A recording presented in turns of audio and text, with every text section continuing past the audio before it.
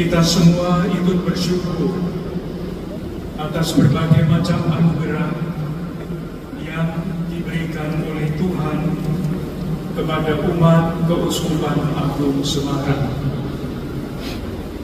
Bukan hanya bagi Keuskupan Agung Semarang, tetapi melalui Keuskupan Agung Semarang untuk Gereja Indonesia.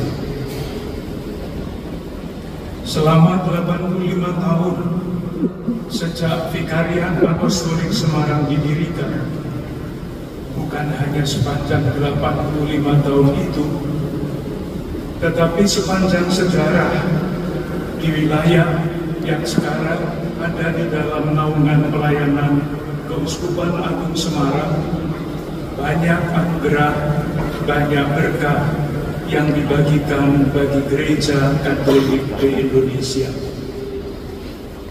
Sudah beberapa kali dikatakan, kalau kita menengok sejarah peran Keuskupan Agung Semarang bagi Gereja Katolik di Indonesia sangatlah besar. Ambil beberapa contoh. Kita sekarang kenal yang namanya aksi puasa pembangunan selama masa Prapaskah. Dari mana gerakan itu dimulai? Jawabannya jelas dari sejarah, dari Keuskupan Agung Semarang. Pada tahun 1968, di beberapa wilayah, berbagai wilayah keuskupan di Indonesia dilaksanakan pelayanan berbasis lingkungan. Dari mana pelayanan berbasis lingkungan itu dimulai?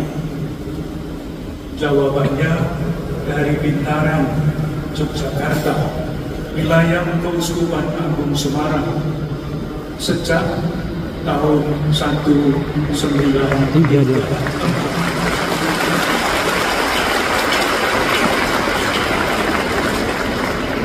Sekarang kita mengenal wanita Katolik Republik Indonesia, dikenal dari pakaiannya yang biru-biru itu.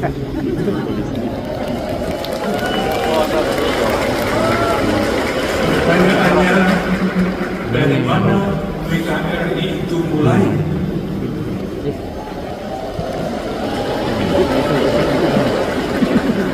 Mereka sudah memberi jawabannya sendiri. Mungkin ada yang tidak tahu juga. Jawabannya sama, dari Jogja, wilayah Keuskupan Agung Semarang.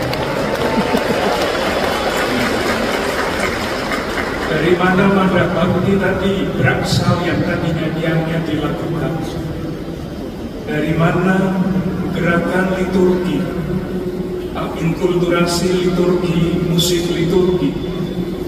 Jawabannya dari Keuskupan Agung Semarang. Persisnya pusat musik liturgi di Jogja.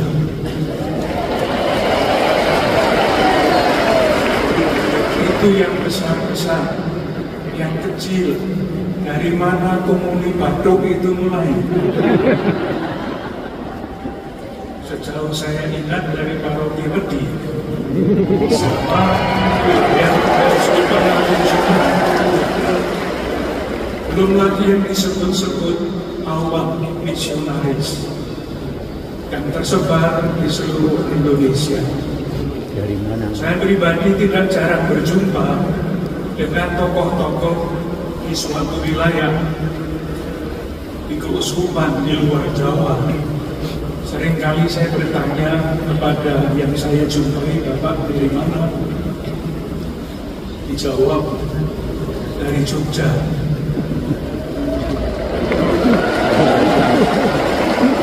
Karena orang Jogja saya ajak bicara bahasa Jawa.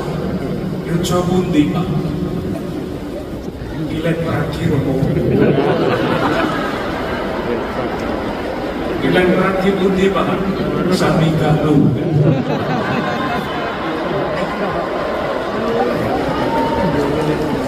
belum lagi yang mengaku dari Klaten,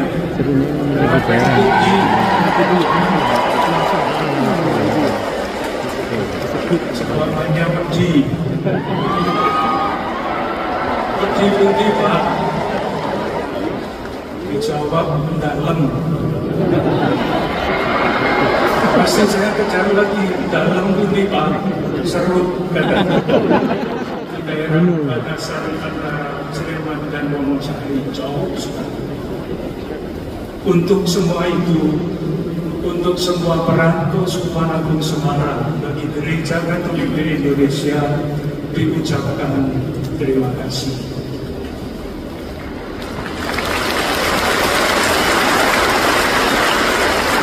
Apakah ini berarti saya sudah cukup? Saudari-saudaraku yang terkasih, tema syukuran 85 tahun Keuskupan Agung Semarang ini kita semua tahu berjudul Bersama Berziarah Berbagi Berkah. Saya membaca di balik semboyan ini ungkapan semangat Keuskupan Agung Semarang untuk terus merawat kepeloporan dan mengembangkan peran Keuskupan Agung Semarang dalam lingkup yang lebih luas, bukan hanya di Keuskupan Agung Semarang, tetapi untuk Gereja Katolik di Indonesia dan untuk tanah air.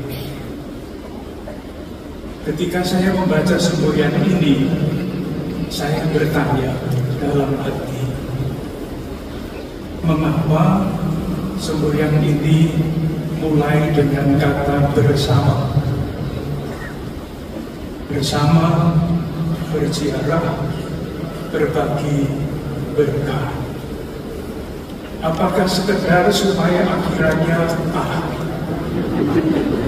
bersama, berziarah, berbagi berkah, dan bunyinya enak? Kalau hanya itu maksudnya, kan jauh lebih mudah menggunakan kata berziarah bersama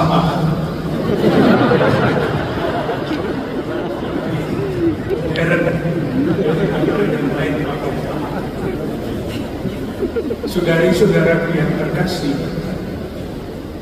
ketika renungan saya sampai di sini, saya ingat satu kisah yang agak konyol, tetapi bagi saya mencerahkan. Ceritanya begini: ada seorang kota pergi ke desa. Di desa itu ia melihat seorang gembala yang sedang menggembalakan kambing.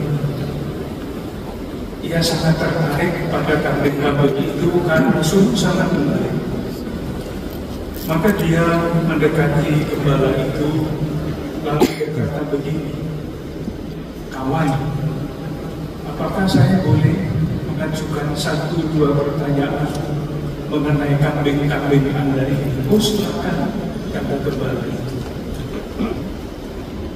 Orang kota itu melanjutkan, "Kawan, kambing Anda ini kelihatan sangat-sangat sehat. Setiap berapa hari Anda mengeluarkan kambing Anda dari kandang dan membawanya ke padang rumput?" Yang punya kambing bertanya, "Yang mana?" "Kambingnya 2 warna, hitam dan putih." "Yang hitam?" "Oh, yang hitam itu saya bawa ke padang rumput setiap 7 hari sekali." "Yang putih?" "Yang putih saya bawa ke padang rumput seminggu sekali." Orang kota itu agak bingung. Dia melanjutkan pertanyaan, "Kawan, kambing Anda ini bulunya sangat lebat. Setiap berapa waktu Anda memotong bulu kambing-kambing Anda?" Yang punya bertanya balik, "Yang mana?" "Yang hitam atau yang putih? Yang hitam. Yang hitam ini saya potong bulunya setiap 6 bulan sekali. Yang putih saya potong bulunya setengah tahun sekali. Semakin penasaran. Kambing Anda ini gemuk-gemuk. Berapa banyak rumput Anda berikan kepada kambing-kambing Anda ini? Tanya lagi, yang mana? Yang hitam atau yang putih? Dijawab yang hitam. Yang hitam saya beri 1 keranjang rumput setiap hari. Yang putih? Yang putih saya beri rumput setengah keranjang 2 kali. Orang kota itu mulai jengkel. Dia bertanya, kawan, kenapa Anda selalu menjawab dengan cara seperti itu? Sebetulnya kambing ini milik siapa? Tanya lagi, yang mana? Yang hitam atau yang putih? Yang hitam. Yang hitam itu kepunyaan saya. Yang putih milik saya. Kalau orang Jogja pasti bilang gendir.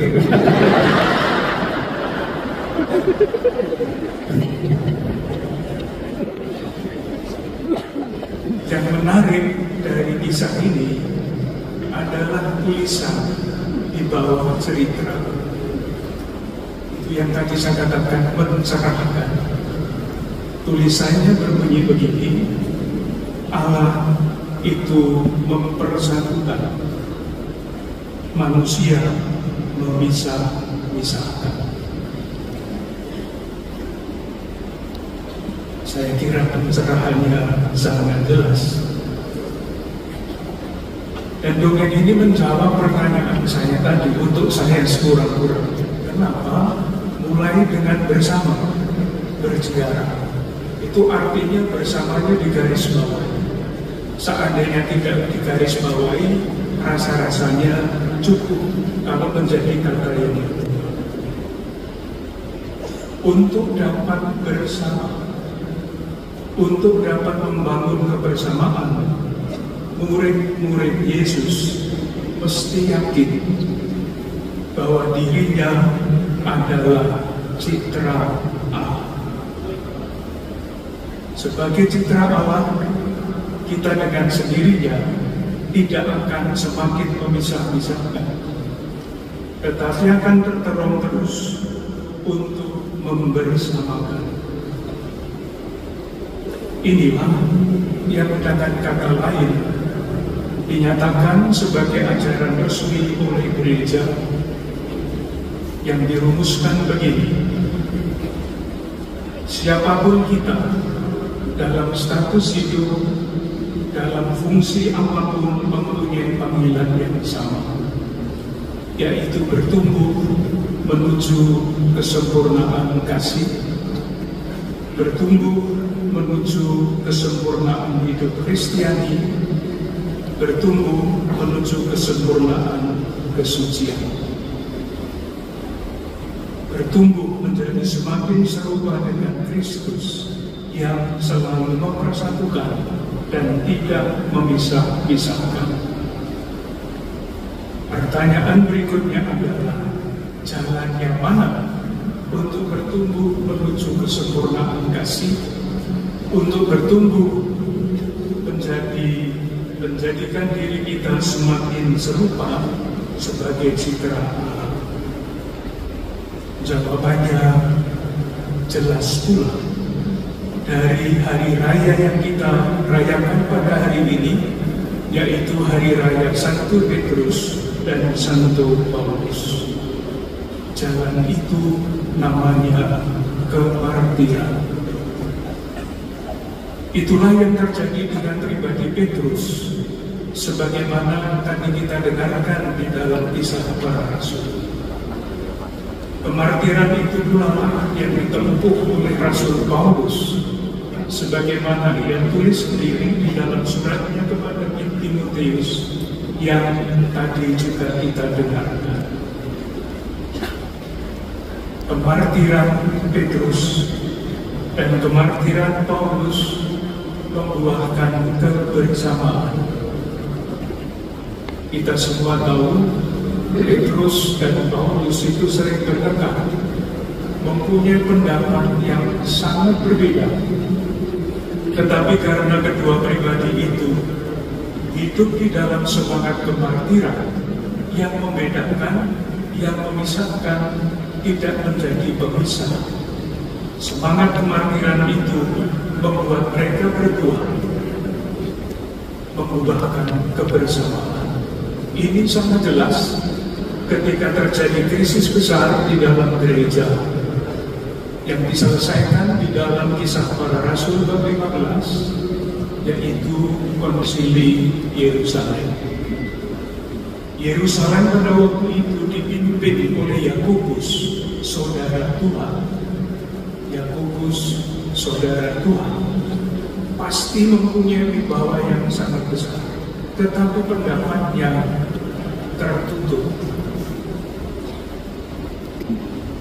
Waktu itu Petrus datang, Paulus datang bersama Barnabas, dan Petrus mulai berbicara mengenai pengalaman dirinya. Paulus mulai berbicara mengenai pengalaman dirinya. Sesudah Petrus dan Paulus berbicara, Yakobus yang semula sangat keras pendapatnya, berlawanan dengan pendapat Paulus, membuat gereja diambang kehancuran, ternyata terpengaruh. Kebersamaan Petrus dan kebersamaan Paulus bersama dengan Paulus mempengaruhi watak Yakobus. Dan karena pengaruh itu, ketiga-tiganya mengambil keputusan yang menentukan sejarah gereja sampai hari ini, yaitu gereja yang terbuka, bukan yang tertutup seperti yang dipimpin oleh Yakobus. Dan karena keputusan itulah warta Injil disampaikan ke seluruh dunia.